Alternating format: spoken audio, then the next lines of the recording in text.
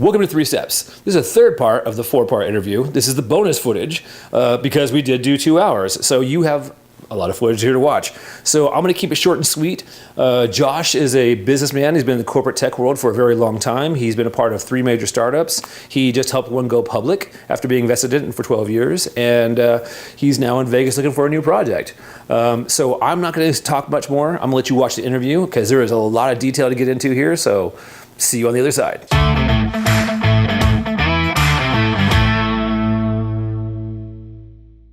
When you were a kid, you had an idea of what it meant to be a man, or the kind of man you wanted to grow up to be. What kind of man was that? And did you grow into him? I didn't grow into him. I mean, there's ways you do and ways you don't. So for me, like I said before, I had a dad and a stepdad really early. Yeah. And until I created a healing relationship with my stepdad, it was like the good one and the bad one. So to be very blunt, like that was classic, though. All made up by me, but that was... and I was rebellious and I caused trouble, so I got punished or whatever. Yeah. I would know nothing about anything like that. Right, of course, who does? Who does? And so when I was, I want to say 12, one of the tests I took, the essay was, who do you want to be when you grow up? So my whole essay was about my dad. Mm-hmm. And very much in my mind, it wasn't written this way, like I didn't say what I'm about to tell you, but it was like, and not my stepdad. That was kind of the way that I meant it at 12. Yeah. And then 2 years, and part of writing that essay had me be a little bit cathartic about, I need to create a different relationship with my stepdad, because if I can create that and control that, which I believe I can, then I don't have to have the negativity, the aggressiveness, all the stuff, that I think is his fault, that I'm not pretending like I don't have any responsibility in. Right. And so I did that 2 years later. But to the first part, it was like my dad was my hero. He was a Superman. He was admired by people. So maybe being admired is somehow part of masculinity. Mm-hmm. He was compassionate. I didn't know what that was at 12. Now I know that's what it is. He's compassionate. People listen to him, but he doesn't have to be right. Yeah. For me, I kind of grew up like I have to be right to be listened to. Right. So different. God. He didn't seem to have that. He could be wrong and then turn the tables and then get on the other person's side. Yeah. And I kind of, and back at this exact age at 12, like I was into debate class. So it was about being right. It wasn't about taking the other side. Mm-hmm. Yep. I mean, sometimes you get a topic and you get one side or the other. You may not be the one you want, but at that, then you change your whole gear and it's like, no, this one's the right one. I'm going to make it right. Mm-hmm. So, I admired those kinds of qualities. My dad, was working, taking care of the bills, like all that kind of stuff. And then there was having fun, doing guy stuff, because I also had a brother. Yeah. So I have 2 boys, I have a brother, my dad had 2 sons. Yeah. So there's a lot of fishing, going to movies, playing sports. Yeah. And that's probably like concatenizes like 80% of guy activities that we would do growing up as a kid. And it was somebody who could be a teacher. So that means he had to know things to teach them. Right. And then he had to have the skill of teaching, not just the knowledge. Right. And I could say about myself, I grew up because my thing was, well, you have to be right to be listened to. So I could only teach you what I thought was right.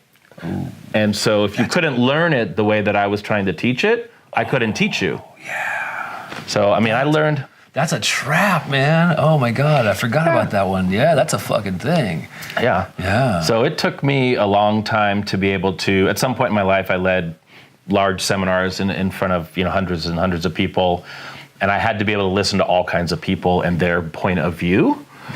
But early on as a kid, I was like, I'll never be a teacher because I can't even teach the kids on my baseball team how to properly field the ball, even though I can show them how to do it. But I can't, the way that I'm telling them they're doing it wrong or how to do it right isn't helping them learn. Yeah. But my dad could teach anybody anything all the time. Huh. It was like, he could take you arm over the shoulder and take you into the garage and teach you how to hammer a nail and build something. Or he could say, here are the tools, you build it. He could tell who needed what kind of instruction. Oh, wow. And I could only teach you how to do it the way that I had done it. Yeah. So that was then. Yeah. But now? I will say, so there was a period of time where I was teaching something that wasn't my own necessarily. And at that point, I had to learn all the ways that everybody taught it. Yeah. And then I could be compassionate or listen to all the ways people heard it. It filtered through them and how they needed help.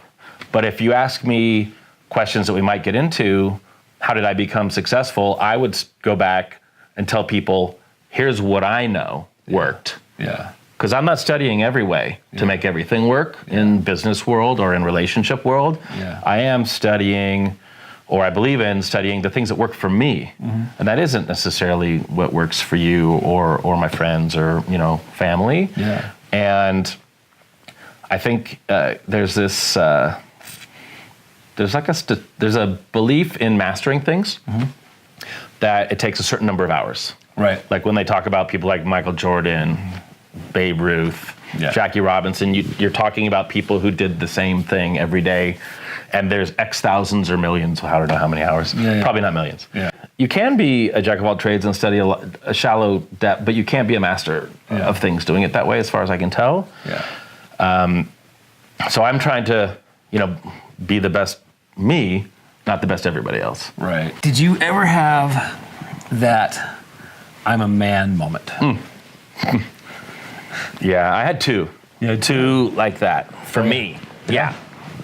And they happened probably same age, same year. And this is good because it's with two of my dads. It's one really? with one and one with the other. Oh, that's awesome. Yeah. This is, you got my full attention. Yeah. So the first one was like right when I was going off to college, like within the first few months of going to college. And I went to college very nearby at UC Berkeley, and I was in the Bay Area at the time.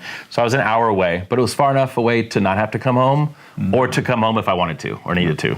Right. So, and my parents all lived in the Bay Area. So I visited my dad more often, and my dad, my stepmom, probably because they were halfway, so a little closer than my mom and my stepdad at that time in the first year of college. And my dad and I got in a fight. Oh, wow. Yeah. It was actually a fight about religion. It was about God. And we weren't a very religious family. And we had spending the weekend together, and he's helping with some homework or getting stuff together at school and just organizing things. He's very good at organizing. And somehow this came up, do you want to go to church? It was a Sunday. And I was like, no. Why would I want to do that? I'm driving home to college. Yeah. Going back to college. But that just sparked something underneath it. It really had nothing to do with religion at all. Right. But somehow it was like yelling and calling each other names. And I don't remember exactly what at this moment, but he said something to me that really hurt me. Yeah. Like about how I was acting or who I was being or how I'd become or something like that. And it really hurt me. I was like, fuck you.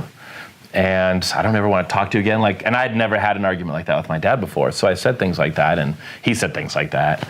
And I drove off. And I was like, I have to learn how to live without him, because I may not talk to him for a year or 5 years or whatever. I heard these stories from friends. I had never had it happen. Now, in this moment, I was a little bit shocked myself that I said what I said, but mostly something he said hurt me really deeply. And I thought, God, I'm not that bad of a person. Why is he saying this to me? Right. And, I've always been a good person. I've been good at all these things. Why would you say something mean like that to me? So I drove across the bay and thought, I will have to learn one day to live without him. And that was one moment like that. Cut to the end of the school year. Yeah. And we probably didn't talk as much the rest of that time. I know we made up, but so then probably at that point I went and visited my mom and my stepdad more often. And I thought I would be able to move back home during the summer. Oh. Get a job, live at home over the summer, my first summer after college. And if I had asked my mom, she would have said yes. Right. If I had asked my stepdad, he would have said no. But I didn't ask, I just assumed it was okay to come back home. Dude. So yeah, I don't think they got in a fight about it because they would naturally be on different sides, just that dynamic. But I came home, and within, the weekend, my stepdad said, "You're not staying here." Oh, shit. Wow. And I was like, "What? You're not staying here?" At the time, I couldn't understand it. Yeah. And I thought, more meanness, Yeah. He's a mean person. He doesn't like me. What's the problem? My brother was still at home. Yeah. So my brother was still in school, and he was younger than me by a couple of years. So I was like confused by that. Just as confused as I was hearing my dad, say something mean to me that I could remember for the first time, or that deeply mean. And I knew I couldn't necessarily plea to my mom on this kind of thing. This was I'm putting my foot down. Yeah. It wasn't like you need to learn to be a man.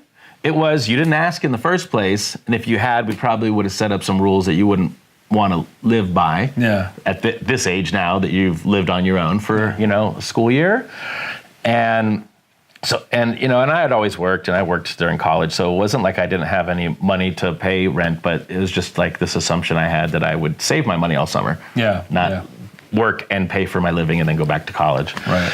And so those two moments definitely were like, I have to grow up because I'm going to have to live without my dad. And I can't just always get what I want, even if it's coming home for the summer. Yeah. I actually have to look at life, some different lenses there. Yeah. Those are big moments. Yeah, they were. Wow. They were. That's the stuff right there. Damn. The first part with my dad, what he said to me was about being a man, because there's some way I was being that was not okay for him that he would say that to me. Yeah. And the other one was like being an adult. You can't live here. Right. You need to get your own place to live, pay your own bills. Yeah. We're not floating you for the summer kind of a thing. Right. Later, not right away and not for years, like about 5 years later, I brought it up with my dad. Yeah. Now, of course, I trash talked him about my stepdad. I trash talked him to my friends about, oh my God, I can't believe I can't live at home. Yeah. And some of my friends were allowed to live at home, some of them weren't either. Yeah. So we all moved in together. Yeah. So it all worked out. But that was my plan. But I didn't talk to him about it. I was just pissed. Yeah. 5 years later, I talked to him about it. I learned a lot, and I totally understood later. But that actually helped me. There's those kinds of moments that I think a lot of people get really angry about and hold on to even for longer than 5 years, are very much the moments where I appreciate my stepdad was this way with me. Yeah. That wasn't a way my dad was ever going to be with me. Yeah. Maybe in today's modern world, being aggressive or punitive with punishment and things like that is not okay for most of society, but I wouldn't have learned those things otherwise, in my view. Did you always trust men? So this is all becoming a perfect dichotomy, having two dads. I would say 50-50. Yeah. And so I kind of grew up seeing certain men to trust and certain men not to trust. And then because you asked me this question and kind of preparing, as I kind of backed out of it, I would say like people-wise too. Yeah. It's not just men, but for sure I would say people who become your friends are the people you trust, and the people who become your enemies are people you don't spend time around, even though you might be in class with them, play sports with them, might be in your social circle too, or friends of friends, are the people stay away from kind of thing. So I definitely have like a 50-50, an ability to definitely cut this out and not worry about that person. And one of the key things to me about that is how aggressive somebody is. So even though I grew up with aggressiveness as part of what it is to be a man, and I have that in me, there's a certain kind of it which I'm not cool with. And, in most ways, like sports is a good analogy for me because I played sports a lot growing up. But even when you watch professional sports, like football, that are very aggressive and violent, there's certain men who play it in a way that's beyond what's acceptable and allowable kind of a thing. And I have that kind of a thing with me for men. About aggressiveness in how a man is or is not. So I would say men like my dad, as I was a kid growing up, who loved me and who I admired, and who I felt, you asked, did you always trust them, who I trusted, who were cool or just, I don't know, normal, okay? Yeah. And then the ones who had this weird edge of aggressiveness, not like shyster is too adult of a word for growing up and how you would think, but foolish or trickery kinds of things. I would want to be able to defend myself against that kind of person, that kind of man. Do we fight and dominate the world out there at a global level, or do we believe in peace? Right. And kind of, if I thought somebody would rather fight than compromise and have peace, I wouldn't trust that person.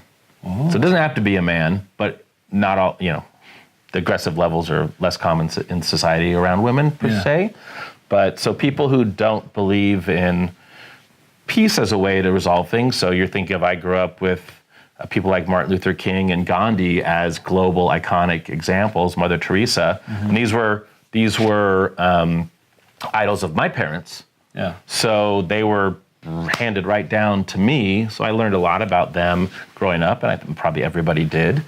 Versus, and you're taught too, there's certain movements around the world, I don't want to get into deeply, but that were destructive in how the culture of man should be. Yeah. We should all dominate and have one race or this or that.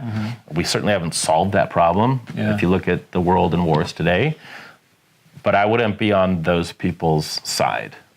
There's got to be a way to solve everything peacefully. Compromise is a big part of, to me, the foundation of America and the Declaration of Independence. And so, talking about being a patriot earlier, I believe in those things about peace and compromise, even though we wouldn't have our country if they didn't fight. Yeah, totally true. To have it.